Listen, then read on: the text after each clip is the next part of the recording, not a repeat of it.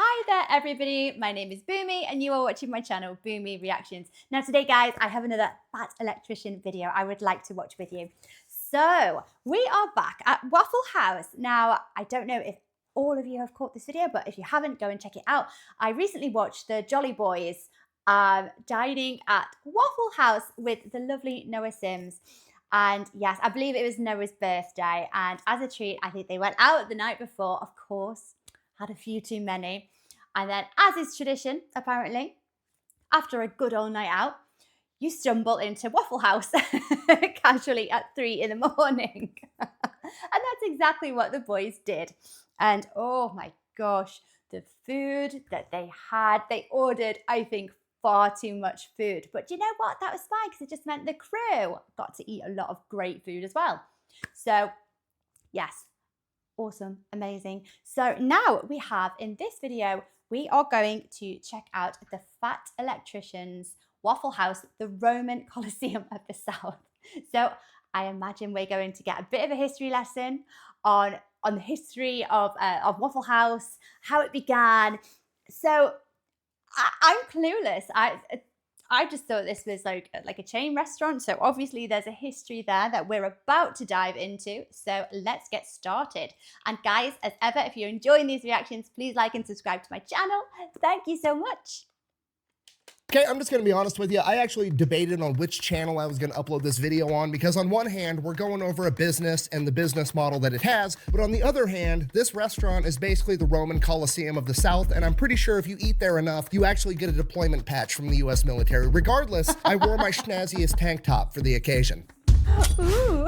Today we're talking about Waffle House. Okay, just to be completely clear with everybody, I was pretty sure I was not going to get caught off guard because Waffle House is already absolutely crazy. I started looking into it and then found out that Waffle House is somehow connected to the Manhattan Project from World War II. So they managed to actually surprise me. All right, Waffle House. Our story begins with a gentleman by the name of Tom Faulkner. This man graduated from law school at 23 years old, passed the bar, and immediately gets drafted in 1940 in the days leading up to World War II. Because he graduated from college, he's presented with two different options. He can A, go straight into officer training, and that's a 3-year commitment, or he can just be a normal draftee and go in as an enlisted soldier, and that is a 1-year commitment. Now you gotta remember at this point in time, like 1940, while World War II is currently going on, America's not involved yet. The attack on Pearl Harbor has not happened, and prior to the attack on Pearl Harbor, the American people did not want to go to war. Because of that, Tom Faulkner figures, hey, we're not actually going off to war. I don't want to waste 3 years of my time just being in the military, not actually, fighting a war or whatever. So he chooses to be a draftee. Goes into the military as an enlisted soldier, E1 private. From there, goes off to basic training. As soon as he gets through basic training, the attack on Pearl Harbor ends up happening. America enters the war. He immediately opts to go into OCS training and commits for 3 years. After he completes the officer training course, he actually gets slotted to be a counterintelligence officer where he does, and I quote,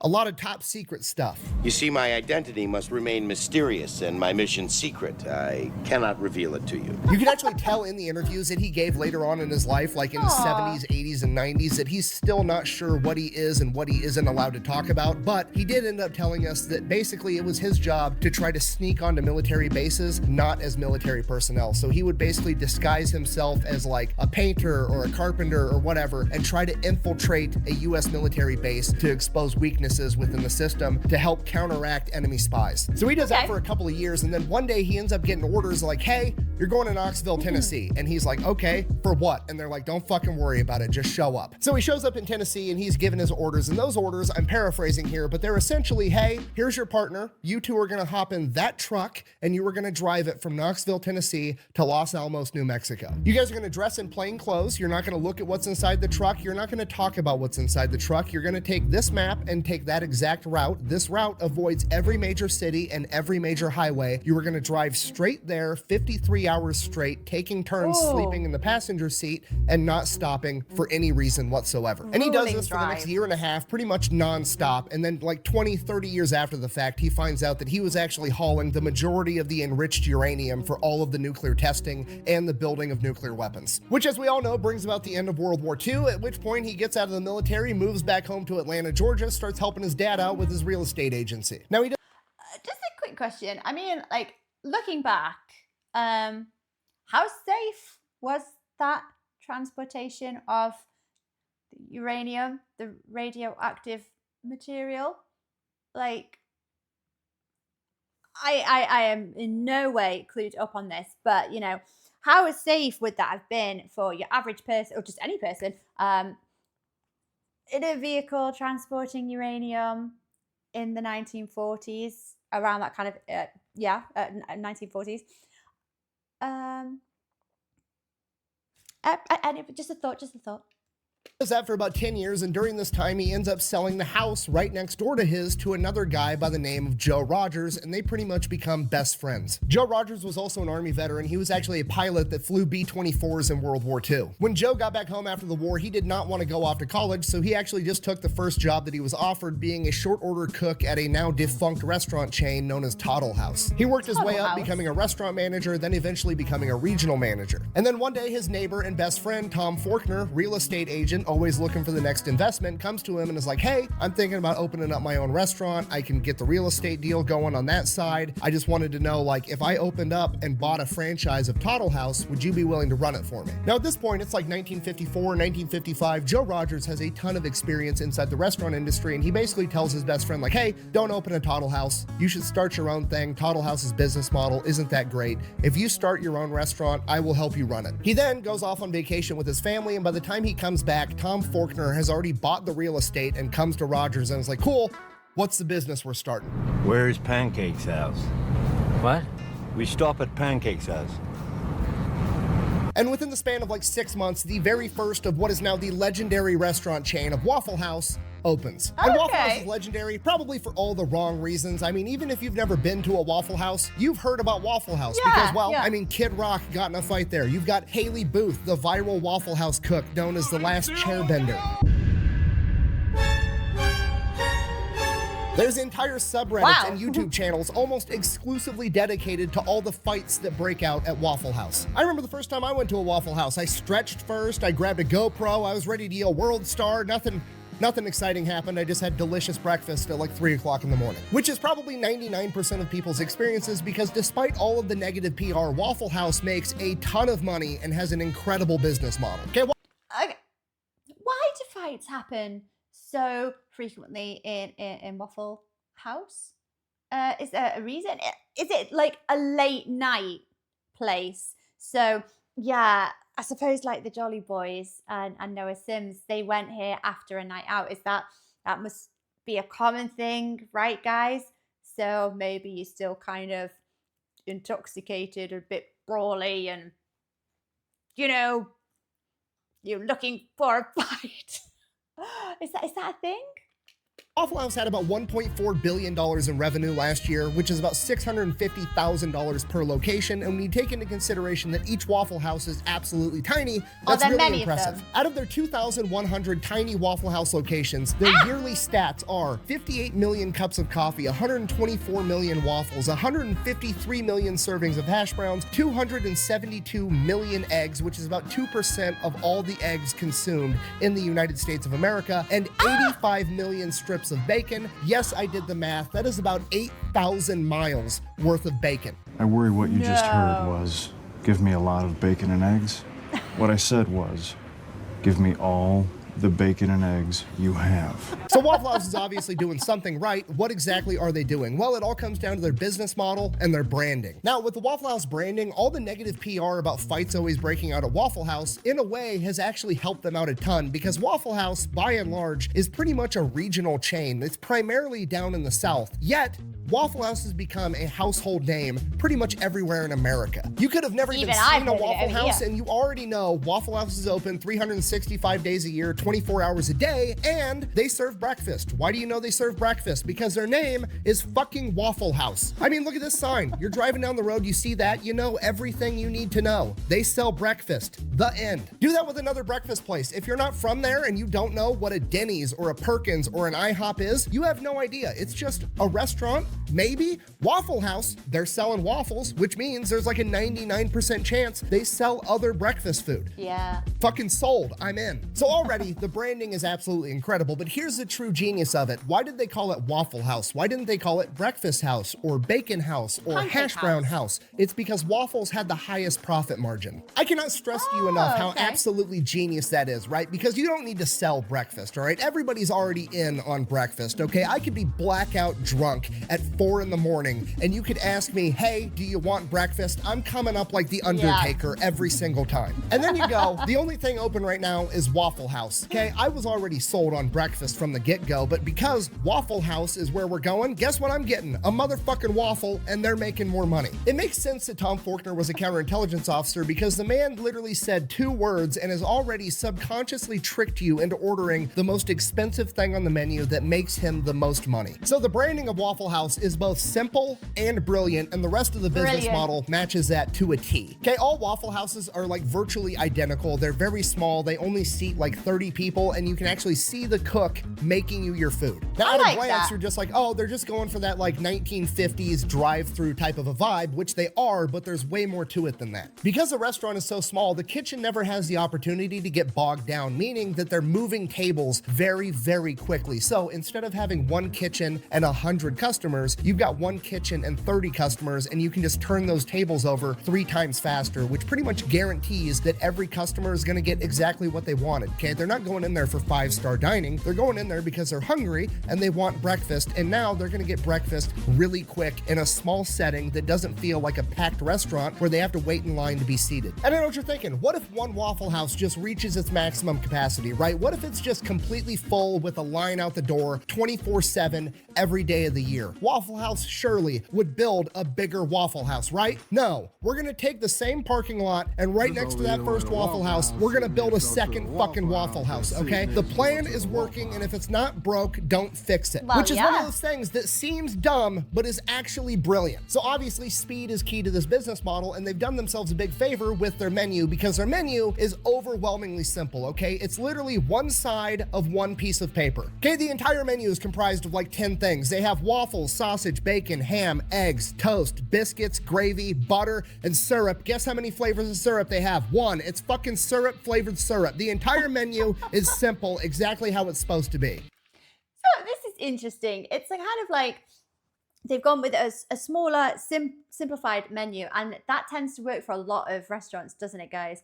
So we see like over the last, kind of 15 years, a lot of these restaurants have been losing money because they've had bigger, really overly complicated menus, and in comes Gordon Ramsay with kitchen nightmares, and he simplifies the entire thing because it just makes more sense, doesn't it? There's less inventory, there's less things hanging around, there's no complication, you can keep it simple, and like they've had this idea from the word go. This has been, it's a very, very good business model. I can see why they're still so successful. But I am wondering, like we said here, so if it gets really, really busy, like say it's kind of like 9 in the morning maybe, and more people than they can facilitate in, with the capacity inside Waffle House. You've got people waiting out the door. How do they cope? Or is it just that there is such like a fast turnaround? It won't be long until, there's a table coming free for the next people that are waiting in the queue. Is that the logic that is winning here? Yeah.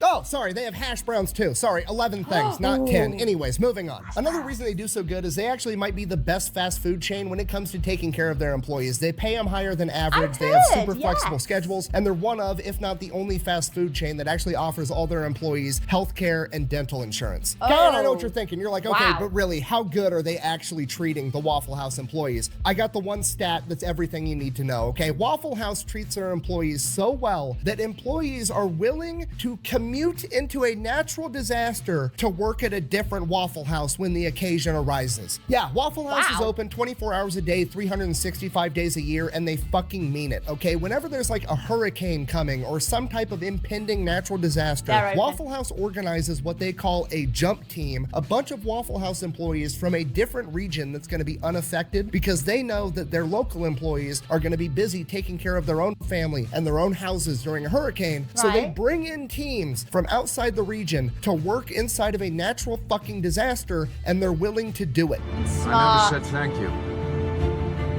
And you know what's even smarter, what is even better, is that their employees obviously love their employers and they don't mind doing it because that's quite a commute, right?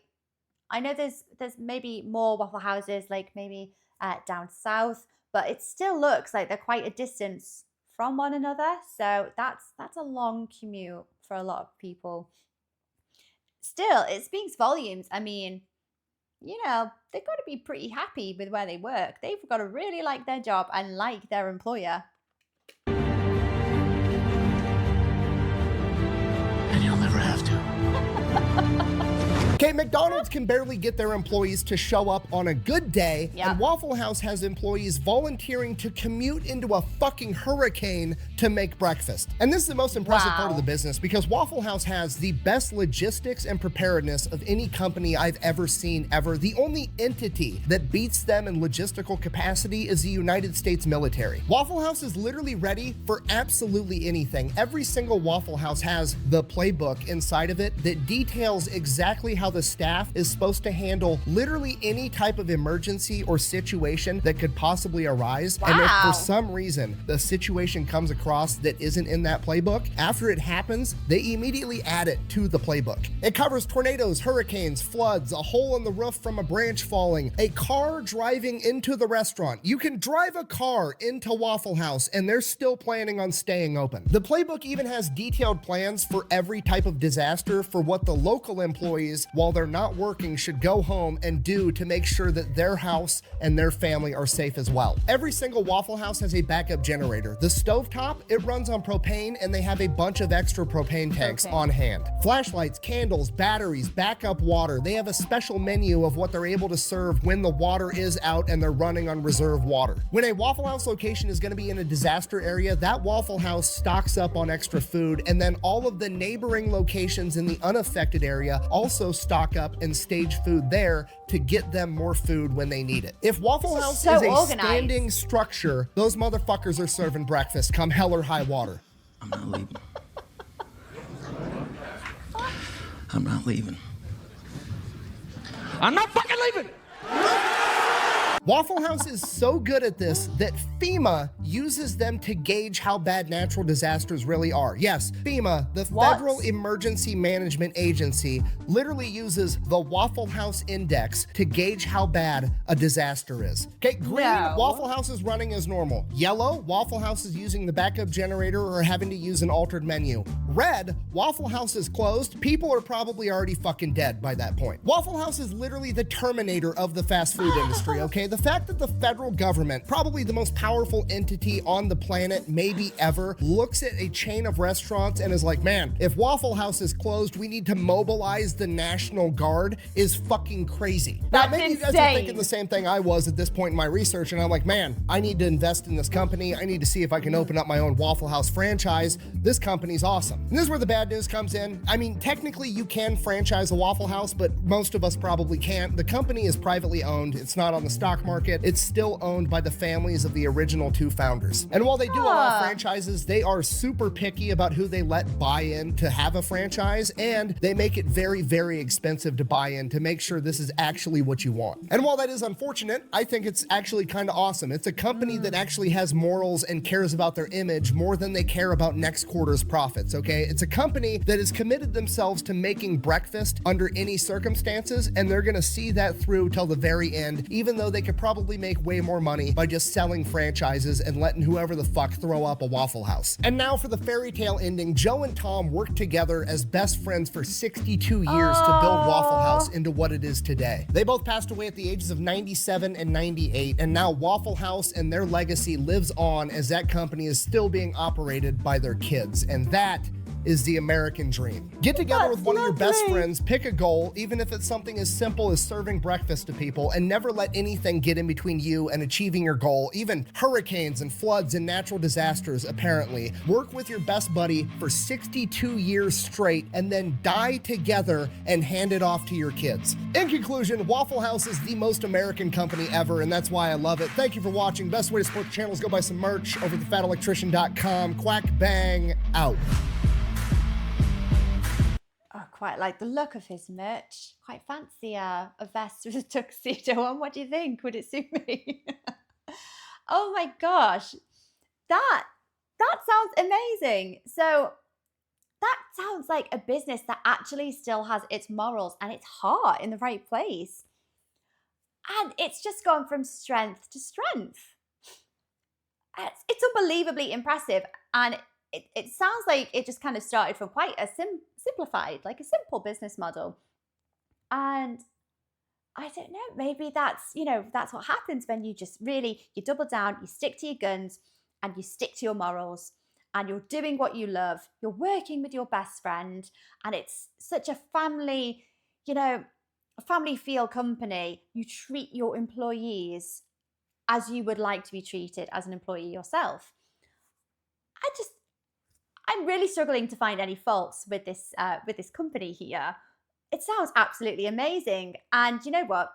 When you know things like that, you're more than happy to go and eat there and spend your money there, even if it's probably not by any stretch of the imagination expensive. But even if it was to put its prices up, I don't think I would mind too much because the quality of the company is superior to the likes of other fast food chains.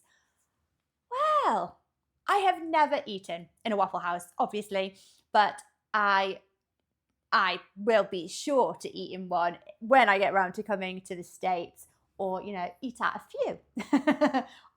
A number of times by the sounds of it. Oh my gosh, it sounds brilliant. Oh, hey, I have another question here. So, fat electrician, I'm liking those tattoos up there. But they look a little bit Gaelic, Celtic in origin. So, is there a reason for the Celtic ink? Do we have any British ancestry going on there? Irish, Scottish, Welsh? Let me know. Oh, just a random question there. If anyone can answer it, I'm sure you guys can. Let me know in the comments. Just a random question. Anyway, yes. Okay, that's so interesting. That has made me view Waffle House with not that I had much of an opinion on it in the first place, because this is new to me, but that has given me quite a high opinion of Waffle House. If only more businesses, not just restaurants or fast food chains, just even businesses, if more were like that, I think work-wise we'd all be a lot happier. But yes, I enjoyed watching that. Thank you for everyone that requested that as well. By the way, guys, I know a few of you requested it after I watched the Jolly Boys and Noah Sims. So thank you so much. I've thoroughly enjoyed watching that. I hope you did too. So take care, everybody, and I will catch you in the next video. Bye-bye for now.